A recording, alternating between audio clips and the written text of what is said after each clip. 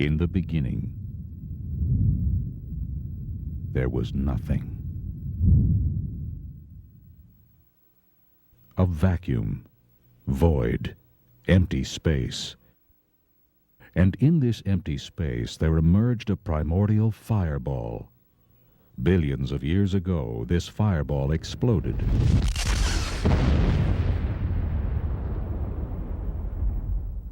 This explosion generated all space, energy, matter. The universe expanded rapidly, producing electrons, neutrinos, photons, and quarks. Soon, this energy began interacting, forming protons and neutrons. Matter continued colliding and interacting. Over time, the first simple elements formed. These elements also collided as the primordial soup continued to expand. Cosmic and particulate evolution continued, and stars began to group, forming into the earliest galaxies. And then, just 5 billion years ago, something wondrous occurred. Within a cloud of gas in a spiral arm of the Milky Way galaxy, our sun formed.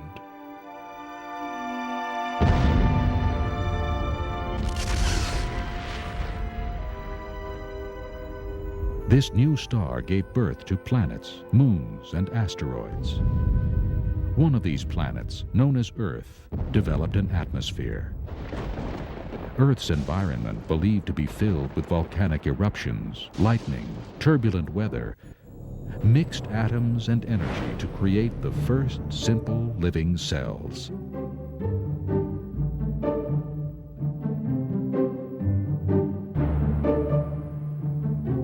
Then, through millions of years of mutations and natural selection, algae, jellyfish, and flatworms appeared.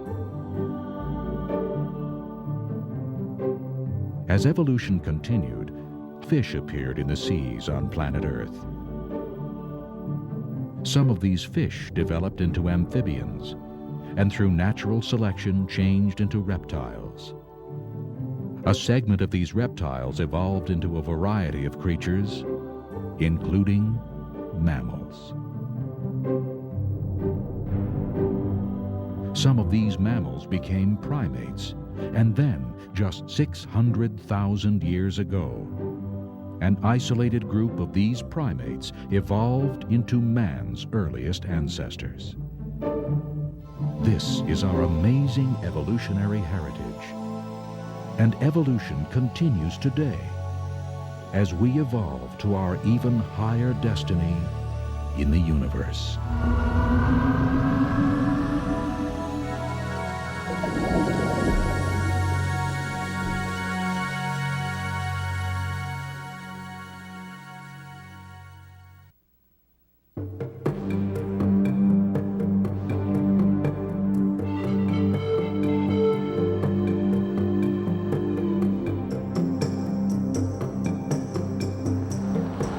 Question of origins. How did the universe and all things that we see here on this planet come into being? Why do we exist? Hi, I'm Roger Oakland. Most of us have pondered these questions. And when it comes to the subject of origins, there are basically two views, the evolution theory and the creation theory. During the 20th century, the world was led to believe that evolution brought about all things. Our universe, the Earth, and all life came into existence as a result of an explosion of matter in billions of years of time. However, there are others who believe the observable evidence points towards a creator. So how can we know? What does the observable evidence indicate?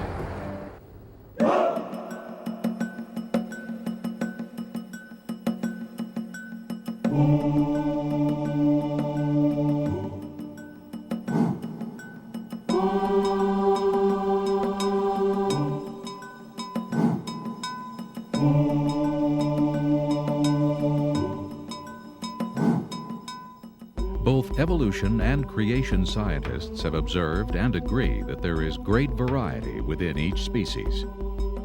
Darwin noticed this variety and adaptability among finches. He noticed that the finches' beaks varied in size and shape, and that the beak's features affected the survivability of the finch. Today we notice a great variety of dogs. It is believed that all 450 breeds of dogs present today had a common ancestor. Most scientists believe that this ancestor was very similar to the present-day wolf. Scientists also witness natural selection, or survival of the fittest. Evolutionists and creationists agree that those animals that are the strongest, healthiest, or most adaptive to their environment are more likely to survive and go on to reproduce. The weaker animals, which are unable to adapt, are less likely to survive. We also observe gene mutations occurring. The DNA in all living organisms contains all the genetic information of life. Sometimes an error is introduced in this genetic code. This is called a mutation. Mutations often cause disease and can be induced by radiation, chemical agents, or replication errors. Mutations really do occur. They make all kinds of changes in genes. Birth defects, disease organisms, they're great at explaining the origin of disease, death, and disaster, not at all at explaining the origin of something new, some new trait that never exists. All the mutations we know about are only changes in genes that already exist. Darwin observed many things in nature. He was a good naturalist, a good observer of information. What he saw was various plants and animals altering somewhat through adaptation, through variation. He saw them change. We never see one basic type of something changing into something else. That has never been observed in science or in genetics. It just has never been observed. What we see is variety. Variety happens, adaptation happens, evolution doesn't happen.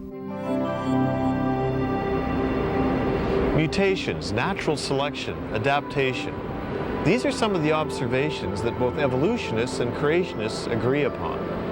But in spite of the agreements, there are substantial differences. And so the debate rages on. I mean, you have such a wide variety of life. And I don't think it's possible for one person, I mean, no matter how powerful he might be, to just snap his fingers and create life. It has to come out naturally over millions of years, probably. I don't believe in the theory of evolution. More and more, even secular scientists are changing their viewpoints because the evidence doesn't support their conclusions. Half of me believes in the theory of evolution, probably because that's what I was taught. 4 years of studies, unfortunately, have kind of brainwashed me towards evolution. We begin where evolutionists say it all began, with the Big Bang and the evolution of the universe. One interesting aspect of evolutionary theory is that it's such a powerful theory, and it's exercises such a strong hold over the imaginations of scientists that they've applied it outside the biological realm. They've applied it to inanimate things as well. They've applied it to the chemical elements, to stars, to galaxies. It's said that the universe itself is evolving. Did the Big Bang trigger the formation of galaxies, stars, planets, and ultimately life? Is there any order coming out of a big explosion? I would say not in any way. Explosions cause chaos and random distribution of various parts that were there perhaps as a united organization beforehand. Any explosion renders that completely null and void. There is no evidence to my mind that an explosion or even the Big Bang Theory can ultimately produce organized beings like ourselves or any other animal. Evolutionary thinking is applied to most areas of science. The field of evolutionary cosmology proposes that the universe is the result of a random explosion some 15 to 18 billion years ago. There are no examples that I've ever seen where an explosion produced an increase in order. Explosions are destructive. They cause spontaneous degeneration, not spontaneous generation. Scientists recognize that all known explosions decrease order and structure and increase chaos. The idea that the cosmos evolved also violates the second law of thermodynamics known as entropy. The second law states that as time advances, the universe becomes less ordered. Over time, all systems left on their own proceed in a direction from order to disorder. All of us witness entropy every day as we see things age and deteriorate. This breakdown of structure directly contradicts the theory of evolution. Now, the second law allows you to increase in order, like a baby growing into adulthood or seed into a tree, but if and only if you have an outside energy source and a harnessing mechanism to capture that energy. Evolutionists don't have that. As Sagan said, the cosmos is all there is. There ain't no more. There is no outside energy source. So the second law is absolutely contradictory to the Big Bang theory. What we see in cosmology is this. Everything we see, things are running down. Stars are burning up their fuel. Once in a while, a star will explode and goes from order to disorder very quickly. But the only thing we see in the universe today is the universe is running down. It's deteriorating. It's going from order to disorder. It's going to less and less organization. There is an observation that scientists make in every field of science, and it's generally called the laws of entropy. It's as if the universe was wound up somehow and is winding down. Scientists that study cosmology talk about the ultimate heat death of the universe. Conceptually, it's quite clear from what we know that the universe ultimately sometime billions of years from now, everything will become of uniform temperatures. There'll be no difference in temperature to exploit to get useful work. That the universe had to be designed and ordered in the finite past has not escaped the attention of secular scientists. NASA scientist Robert Jastrow wrote, "The second law of thermodynamics applied to the cosmos indicates the universe is running down like a clock.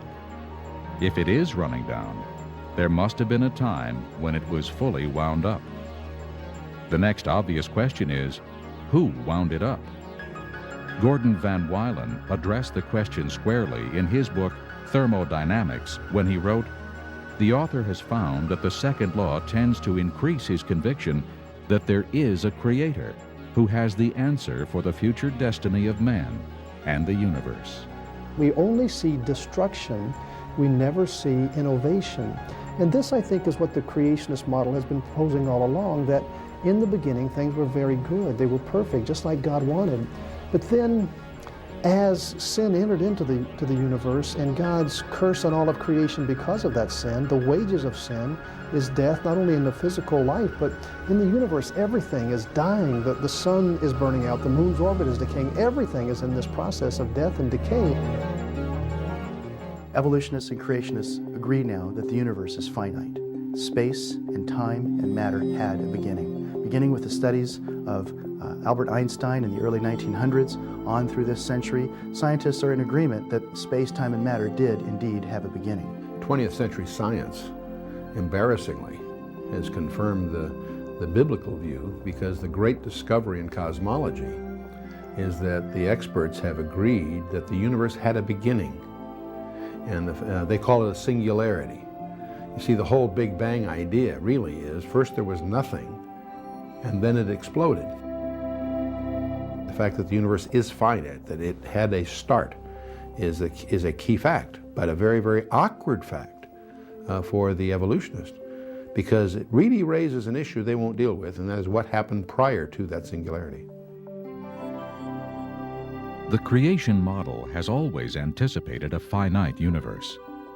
In the first verse of Genesis, we read, "In the beginning, God created the heavens and the earth." The Bible also states that time had a beginning. In 2 Timothy, we read, "God, who has saved us and called us with a holy calling, not according to our works, but according to his own purpose and grace, which was given to us in Christ Jesus before time began. Amazingly, the Bible even explains entropy.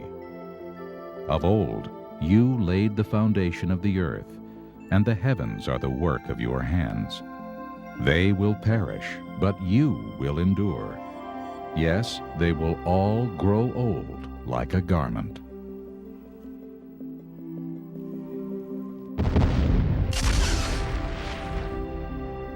If the universe did not originate from an explosion, the only other option is that it was created, an option that many scientists are not willing to consider. Almost all scientists would try to find a mechanical explanation of how the stars, the galaxies and the planetary system came into existence by purely mechanical means without any intervention of a God in creation. To my mind, they have utterly failed. If you look at the planetary system alone, there have been several explanations trying to show how the planetary system came into existence without any pre-formation by God, and each one has failed miserably. Many observations contradict the current theories on how the solar system evolved. The most popular theory holds that the solar system formed from an interstellar cloud of swirling gas and dust. If the sun, planets, and moons evolved from the same material, they should have many similarities. Yet each planet is unique. Since about 98% of the sun is hydrogen or helium, Earth, Mars, Venus, and Mercury should have similar compositions.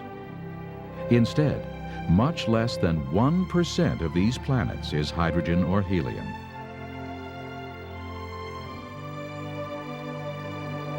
If the solar system evolved, all planets should spin in the same direction. But Pluto and Venus rotate backwards, while Uranus is tipped on its side and rotates like a wheel. All moons in our solar system should orbit their planets in the same sense. But at least 6 have backward orbits. Furthermore, Neptune, Saturn, and Jupiter have moons orbiting in both directions. Growing a planet by many small collisions will produce an almost non-spinning planet, since the impacts will be largely self-canceling. Yet, all planets spin, some much more than others. Growing a large, distant gaseous planet such as Jupiter or Saturn poses an insurmountable hurdle for evolutionists, because gases dissipate rapidly in the vacuum of outer space. And even young stars, similar to our Sun, do not have enough orbiting hydrogen or helium to form even one Jupiter. Scientists have no answer as to why 4 planets have rings, or why each planet is so unique. Theories on the moon's origin are also completely inadequate. The moon's elements are too dissimilar to those of Earth's, and its orbital plane and circular orbit offer strong evidence that the moon was created in its present orbit. There is no evidence that the planetary system could have come about by mechanical means. However, the more that scientists began to look at the amazing universe that they inhabited, they began to realize that there were certain factors that were simply very, very fine-tuned for the existence of man, of molecules, of organic life. And the more they looked, the more they realized that we are in effect on really quite a knife edge, and there are many, many indications that this universe has been very specially designed and man is at the very center of it. If we try to model the universe as we know it, as we try to build a mathematical model that reflects what we know, we quickly discover there are thousands of parameters and ratios that if you adjust them even a little bit, life is impossible. We quickly discover that the Earth was a little closer, a little further from the Sun. It's either too warm or too cold. If it turns at a little different speed, if the masses are a little different, it would hold too much or too little atmosphere. As you start trying to model this, you quickly discover that all the parameters involve an incredibly delicate balance. And so they call this the anthropic principle, meaning it's as if everything we know was skillfully designed or balanced for man.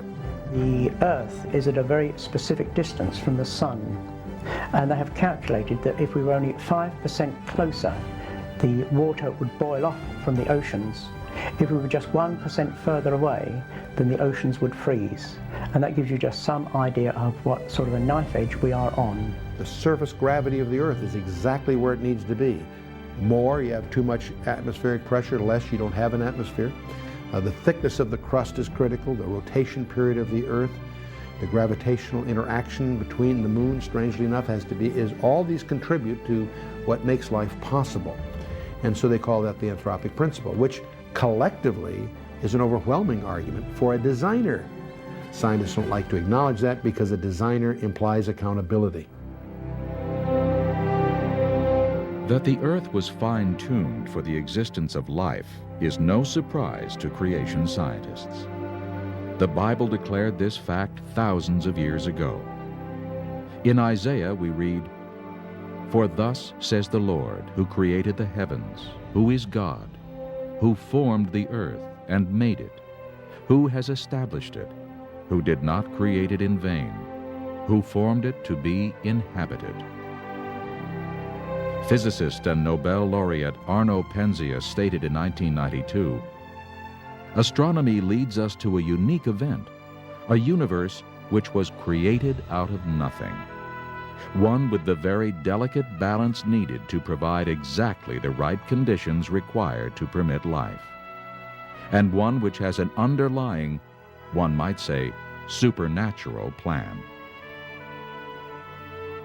Astronomer George Greenstein stated in his book, The Symbiotic Universe, "As we survey all the evidence, the thought insistently arises that some supernatural agency must be involved. Is it possible that suddenly, without intending to, we have stumbled upon scientific proof of the existence of a supreme being? Was it God who stepped in and so providentially crafted the cosmos for our benefit?" The more we study the cosmos, the more the psalmist words ring true. The heavens declare the glory of God, and the firmament shows his handiwork. Day unto day utters speech, and night unto night reveals knowledge. There is no speech nor language where their voice is not heard. For me to believe that all our life and our planets came from one big bang, I don't believe it. I believe there is a higher power out there. No, I do not believe that the universe has some sort of maker behind it.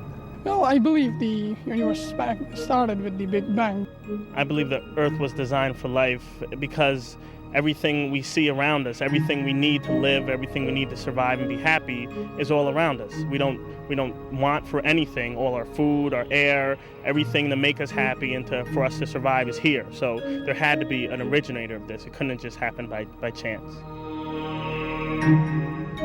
The evidence clearly reveals that God has created the universe and the solar system and specifically designed the Earth for life. Yet many would rather trust and believe in the Big Bang rather than trust and believe in the God of the Bible. In the next section, we'll examine the possibility of life arising from chemicals spontaneously.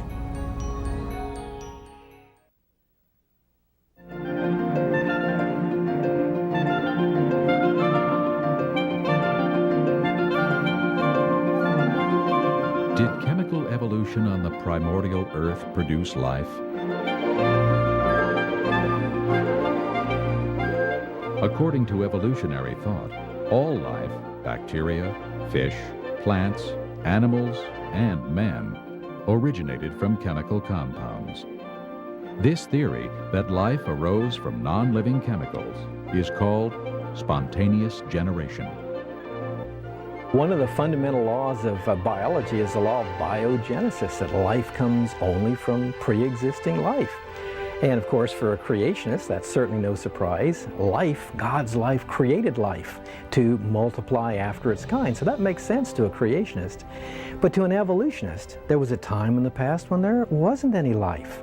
And so chemicals somehow got together and made living things. And this was often called spontaneous generation.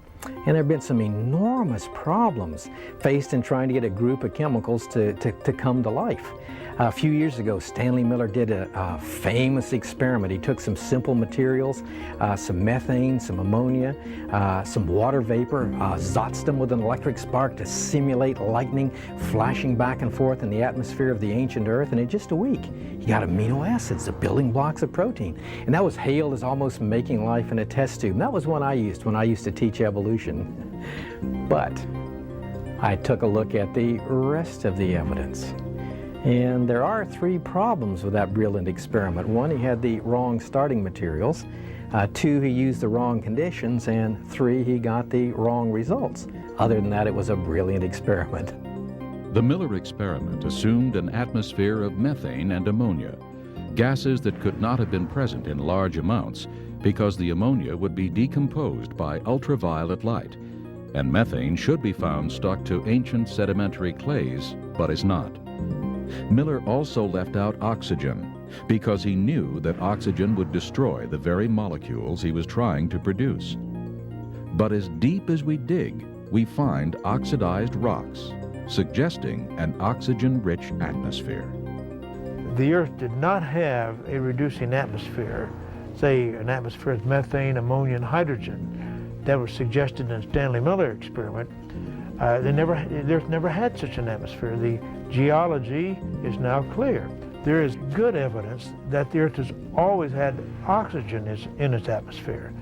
Now that would absolutely preclude any evolutionary origin of life. Miller also used the wrong conditions. He used an electric spark to combine the gas molecules. The problem is that the same spark that puts amino acids together also tears them apart, and it's much better at destroying them than making them. The problem was the chemicals put together, the amino acids in the flask, would also be torn apart by the very spark that put them together. Miller knew that as a biochemist, and so he circulated the gases, trapped out the molecules he wanted using a well-known biochemist trick, but that would be cheating, because you were supposed to say this is how life arose before there was any intelligent design to preserve these molecules from that destructive force. Wrong conditions. Then he got the wrong results. The main product of the Miller experiment was tar, a nuisance in organic reactions. Trace amounts of several amino acids that make up the proteins in living things were also produced. The problem is that Miller's experiment produced both left-handed and right-handed amino acids. Only left-handed amino acids make up the proteins of life, and just one right-handed molecule prevents their production. What Miller actually produced was a poisonous brew that would destroy any hope for the chemical evolution of life. You might say, well, if what I've just said is true, what about all the evolutionists that believe in this? Well, interestingly enough, the evolutionists would agree with me. There was a time I was at a debate at San Diego State University. I was just in the audience, but 2 friends of mine, Dr. Henry Morris and Dr. Duane Gish, were doing the debate for the creationists, and at the end, someone in the audience noted, "Ladies and gentlemen, we're privileged this evening. We have in our audience Dr. Stanley Miller." And Gish had explained why Miller's experiment would not produce life from non-life. And so the person asked Dr. Miller, "Would you like to respond to what Dr. Gish said about your experiments for chemical evolution?" And Dr. Miller said, "No." He hasn't believed in that for decades. He knows all of those same problems. I would say this: any theory on the origin of life on the Earth, or any other planet as far as that's concerned, is a fairy tale. Evolution teaches that energy, such as lightning or heat, plus matter, can occasionally create new life. Yet our entire food industry rests on the fact that this can never happen. If we examine a jar of peanut butter, it contains matter and is exposed to light and heat. But we never find new life inside unless an outside life contaminates it. If the theory of evolution was viable, then I should occasionally, by subjecting this to energy, end up having new life. Now we go down to the store, and if I open this jar of peanut butter maybe not often, but on some occasion, I should find new life inside. And so, when we open the jar of peanut butter, we look in there, there's no new life. And aren't you glad, okay? Now, you may smile at this, but hopefully you'll never forget it, because you and I conduct, collectively, over 1 billion experiments every year, and we've done that for virtually 100 years. And we never encounter new life. In fact, the entire food industry of the world depends on the fact that evolution doesn't happen. The case for chemical evolution only weakens when we consider that long chains of specific amino acids, all in exactly the right position, are required to form the proteins of life. Even worse, amino acids do not naturally link up to form proteins, but rather tend to break down. Now, proteins can be 2,000 or 3,000 amino acids long, very long, complex chemicals. And they're very much like a computer program. Every amino acid has to be in exactly the right position. If one of them is wrong, then the whole protein is useless, just like a computer program.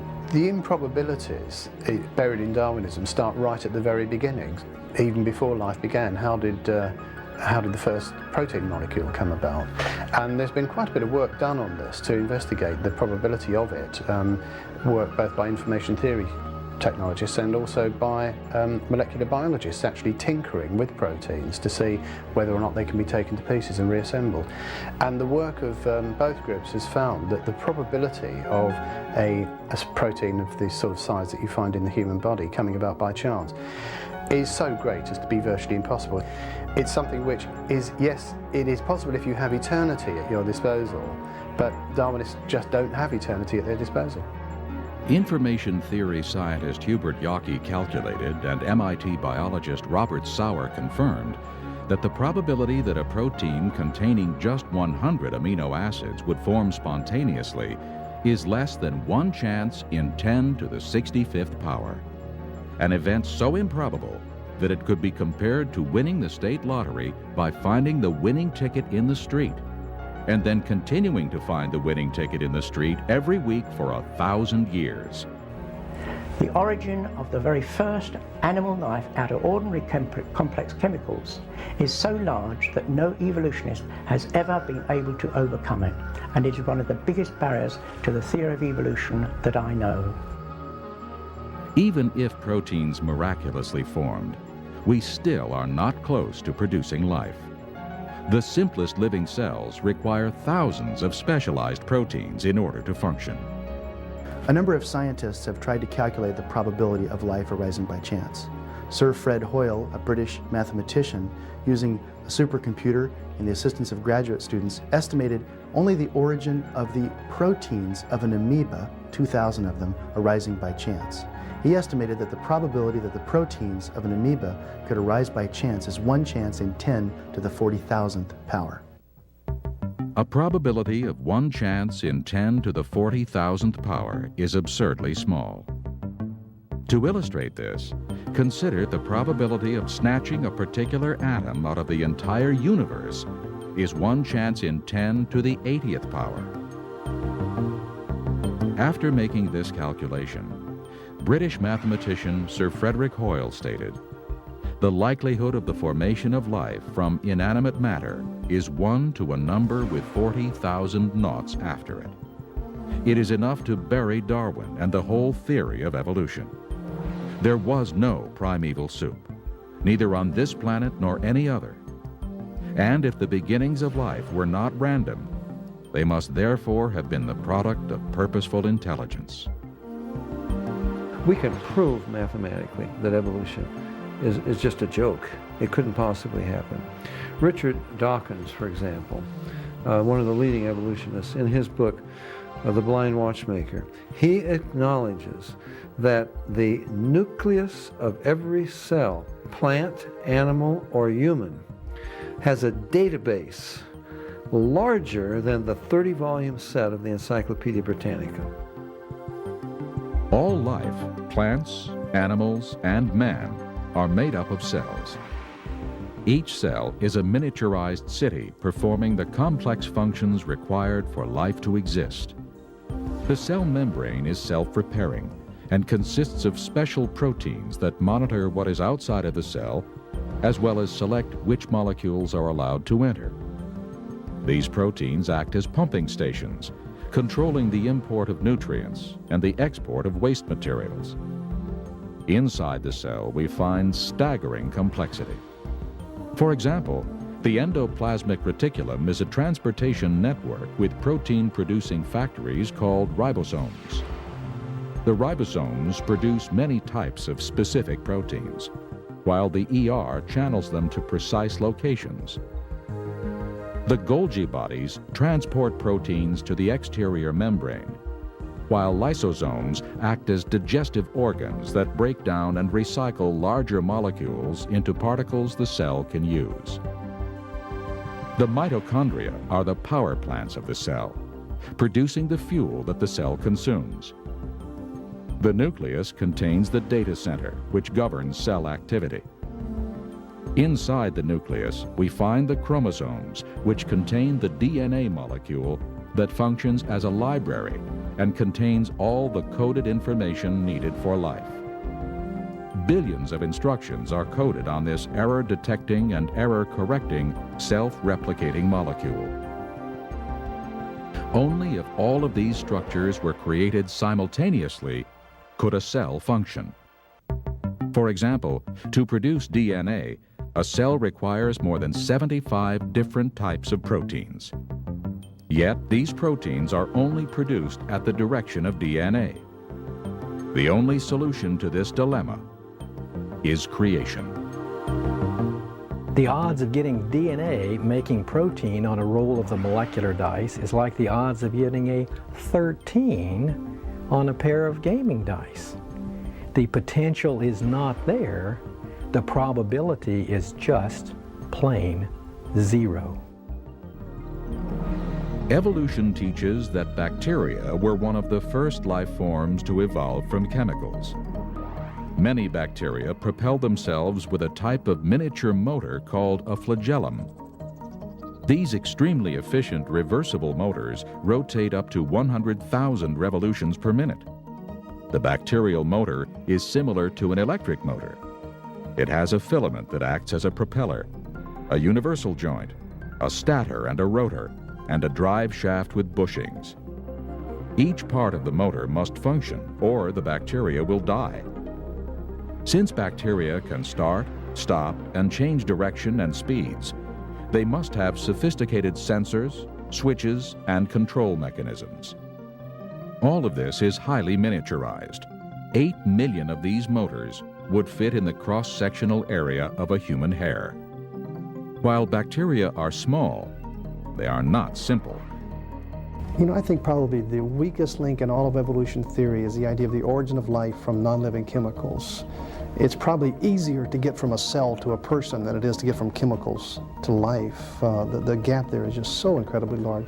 I'm convinced that life is so complicated, so complex, so intricately engineered that wherever life exists, God created it. It could not have come by natural processes. Life comes from a creator, and that creator tells us that he created life here on earth. Here we see it, unimaginably complex. It must have been created.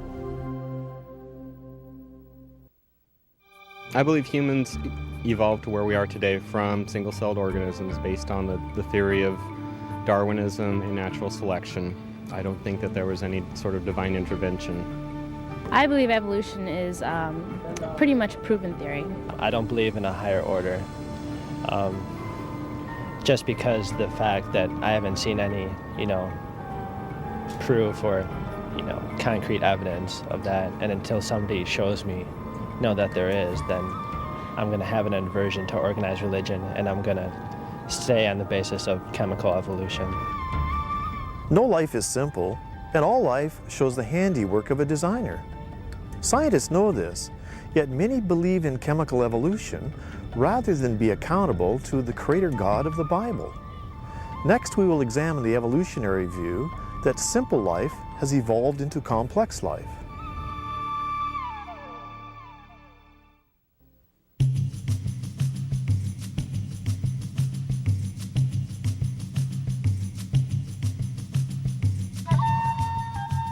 Assuming that life miraculously appeared on Earth, is it possible that single-cell life evolved to become all the complex plants and animals we see today?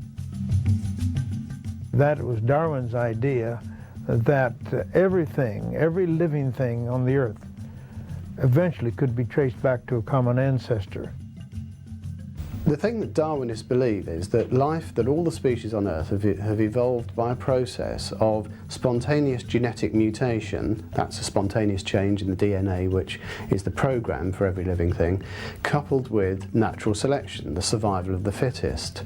The extraordinary thing is that although the theory has been pretty well accepted universally for over a century now, there is absolutely no direct evidence to support it at all.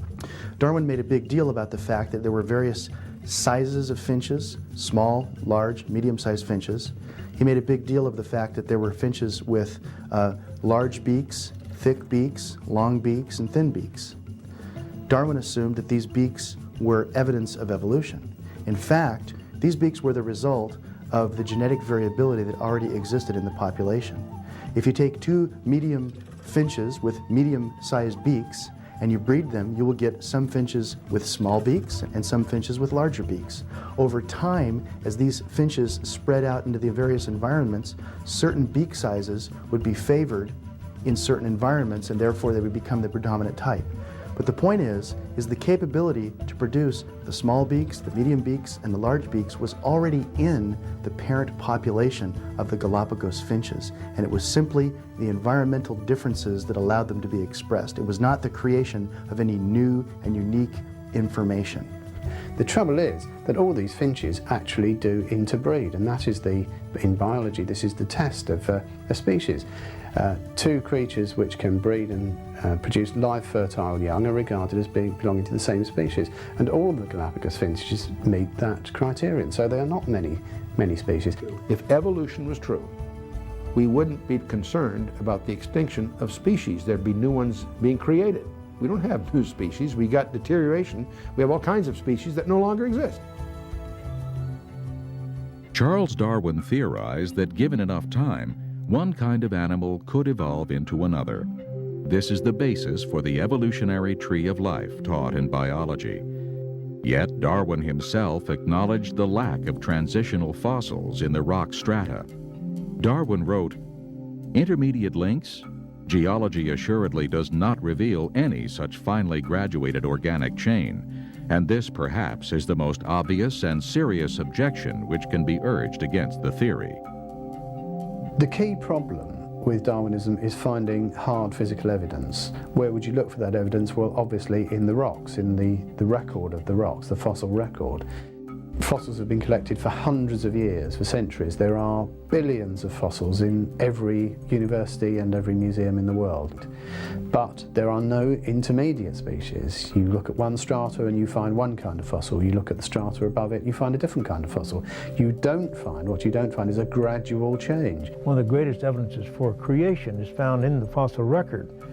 For example, in the so-called Cambrian rocks, we find fossils of a vast array of very complex invertebrates: clams, snails, jellyfish, worms, brachiopods, trilobites, and many other very complex invertebrates. But nowhere on the face of this earth has anyone found fossilized ancestor to a single one of those complex invertebrates. Now that fact alone demolishes the theory of evolution. Evolutionists claim that these invertebrates in turn evolved into vertebrates, such as fish. However, over the last 150 years, scientists have unearthed billions of invertebrate and vertebrate fossils, and they have not found a single transitional form. Every major kind of fish that we know anything about appears fully formed, no trace of ancestors, and certainly no trace of transitional forms linking these major kind of fishes to one another. Now that fact is known. Evolutionists know that. Now the fact that we have no ancestors for the fishes, the vertebrates, we have no ancestors for the invertebrates, means that we didn't have any ancestors, and evolution is impossible. A study of the geological record confirms that the major groups of animals each appear abruptly and fully formed. For example, within the insect world, there is enormous variety and complexity. Yet evolutionists offer no conclusive evidence that any of the insects evolved from a common ancestor. The same problem exists for all of the great variety of amphibians, reptiles, and mammals. The evolutionary tree of life has no trunk nor branches. Therefore, all of the implied intermediates are only blind speculation. Sometimes Darwinists hold up examples of what they say are transitions. For example, I suppose the best known example is Archaeopteryx, which appears to be half dinosaur, half bird. The trouble is, when you look at the dinosaurs that it might have evolved from, what you find is that none of those dinosaurs had a collarbone, and birds all do have a keeled breastbone which holds the pectoral muscles, which enables it to flap its wings. It has been claimed in the past that Archaeopteryx was really nothing more than a feathered reptile. Well, I've never seen a reptile yet that you just stick a bunch of feathers in and kick it in the tail and it flies. And no, Archaeopteryx flew. He had wings, and he certainly wasn't a feathered reptile. As a matter of fact, I have an article here before me, published in March 1996 in the Journal of Vertebrate Paleontology. And the authors say this: the avian features of the skull demonstrate that Archaeopteryx is a bird rather than a feathered non-avian archosaur. The most important missing link of all, of course, is the missing link between an ape-like ancestor and mankind. That's the missing link that most of us are interested in. Have we found that? Well, if you listen to Darwinists, you'd think that we found lots of them. In fact, the evidence really isn't there at all. All of the fossils that have been found so far have been classified, reclassified, either as human or as ape. And so far, the missing link is still missing. I have been investigating the so-called missing link between man and ape for many years, and I have found that every single one of them simply is no link whatsoever. For example, Australopithecus, the skeleton of Lucy, this really consists only of a 40% skeleton of a not very large ape, and they have not got any evidence that it ever walked upright in any of the bones that they have found of that skeleton. The interesting thing about that is that Lucy is shown as being distinctly human-like. She's very erect in her posture, she's got human-like hands, human-like feet. I'm not quite sure where exactly the restorers got this data from, because if you examine the paper by Randall and Sussman, which described the type species to which Lucy belongs, they said quite clearly that she had long, curved hands and feet, even longer and even more curved than a chimpanzee. Several distinguished anatomists have reached the conclusion that, for example, Australopithecus, the genus to which Lucy belongs, was simply an extinct ape, nothing at all to do with humans. If we analyze the so-called missing links, we find a trail of fraud, deception, and speculation. For example, Nebraska man was reconstructed, family and all, from an extinct pig's tooth. Piltdown man is now universally known to be a deliberate hoax, consisting of an ape's jaw and a human skull doctored to look old. Neanderthals were just plain people, some of which suffered from arthritis, rickets, or syphilis. Ramapithecus, Gigantopithecus, and Zyganthropus were just apes, while Heidelberg man and Cro-Magnon were completely human. So, despite evolutionists' misleading claims, the missing link is still missing. One of the more amusing things you hear these days is that the DNA of man and chimpanzees is 98.3% identical. And I have to admit, as a geneticist, I find that kind of humorous, that you're not even that closely related to yourself. And so the genes you inherit from your mother, the genes you inherit from your father, are on the average at a maximum only 93% similar. Scientists claim that the hemoglobin of a chimpanzee is 98% the same as the hemoglobin of a human being. What they don't tell you is there are many other organisms, including slime molds, that have hemoglobin, which is also very similar to the hemoglobin of a human being. Now, you would expect a lot of similarities between man and chimpanzee. We breathe the same air, we have muscles and bones, we digest things similarly. If we were created by the same God, we would expect to have lots of similarities. But let's suppose for just a moment that there was some truth in that figure. I haven't got a clue where in the world it could have come from. A cloud is 98% water. A jellyfish is 98% water. A watermelon is 98% water. To use evolutionary logic, there's no difference between a cloud, a jellyfish, and a watermelon.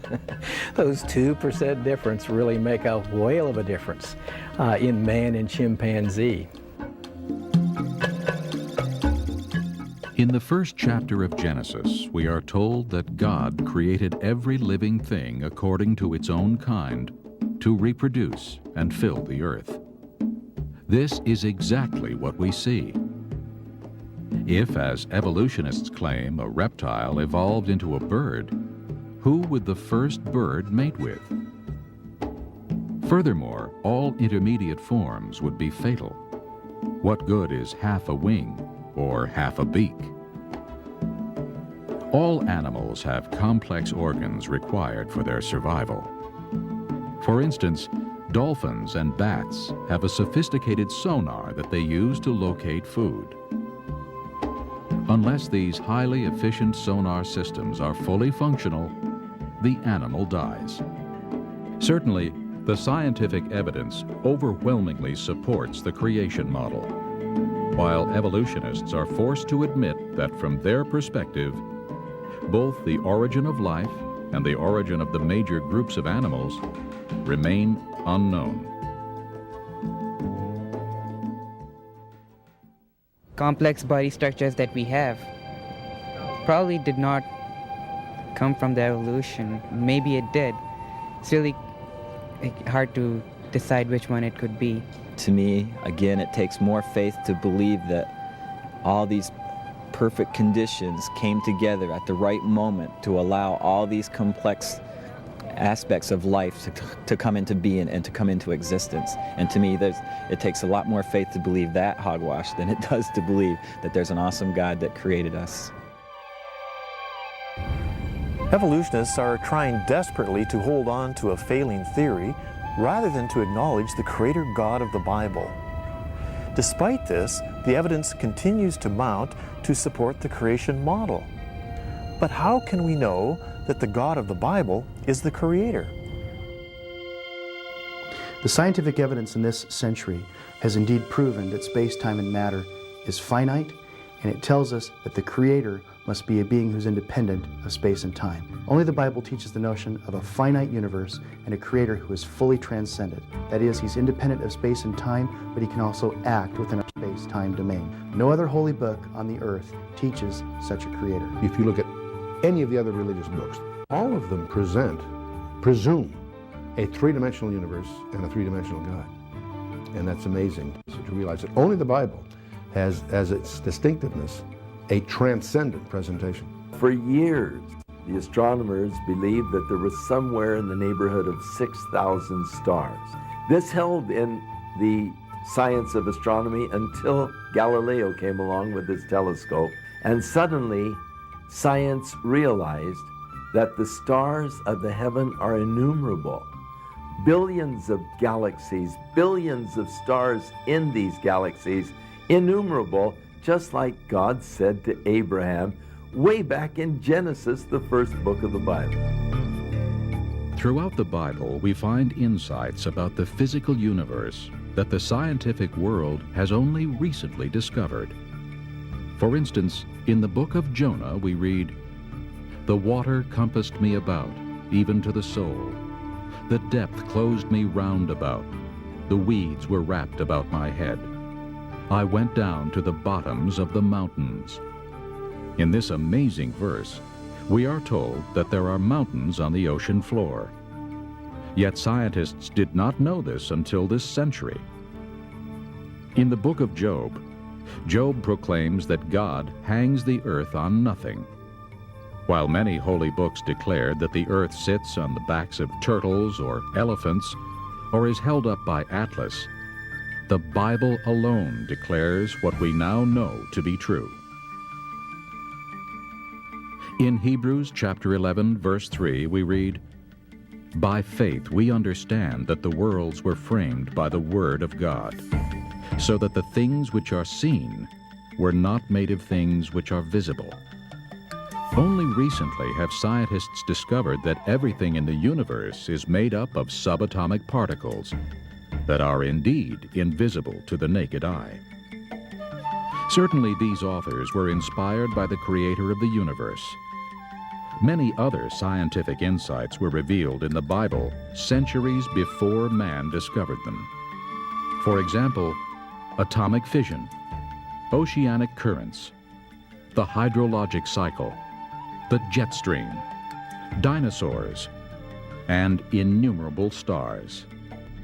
We know that when Columbus made his trip to discover India and landed here in America, that when he took off, there was tremendous fears that he would come to the edge of the earth and would plunge off into nothing. And yet, had they read the Bible, they would have known that Isaiah talks about the circle of the earth and that the earth is actually round. I challenge anyone to find scientific errors in the Bible. They're not there. What's fascinating to me is the more you know about the scripture and the more you know about contemporary science, you discover that the Bible has anticipated it. As a Christian, we can believe in creation and the laws of science at the same time. And as a scientist, I'd a lot rather believe a theory that fits with the evidence that we can really see. Always, whenever we study, whenever we really can observe, we'll see that science supports God's Word. I would challenge those who are declaring that the Bible is filled with myths to investigate for yourself with an open mind, and I know you'll discover the truth. A question of origins. We've examined the evidence. Now it's up to you as an individual to make a choice. In the book of Romans, chapter 1, the Bible tells us that the evidence that God has created is so obvious from the things that God has made that if you reject that evidence, you are without excuse. And in the book of Colossians, chapter 1, the Bible tells us who the Creator is. Not only that He has created all things, but that He has redeemed us from our sins through His death upon the cross at Calvary. The Creator is Jesus Christ. Will you acknowledge that you have been created? Will you recognize that you have been separated from the Creator, Jesus Christ, because of your sins? Will you accept Him, who He is and what He's done, and who you are and what you've done? It will be the greatest choice that you could ever make for eternity.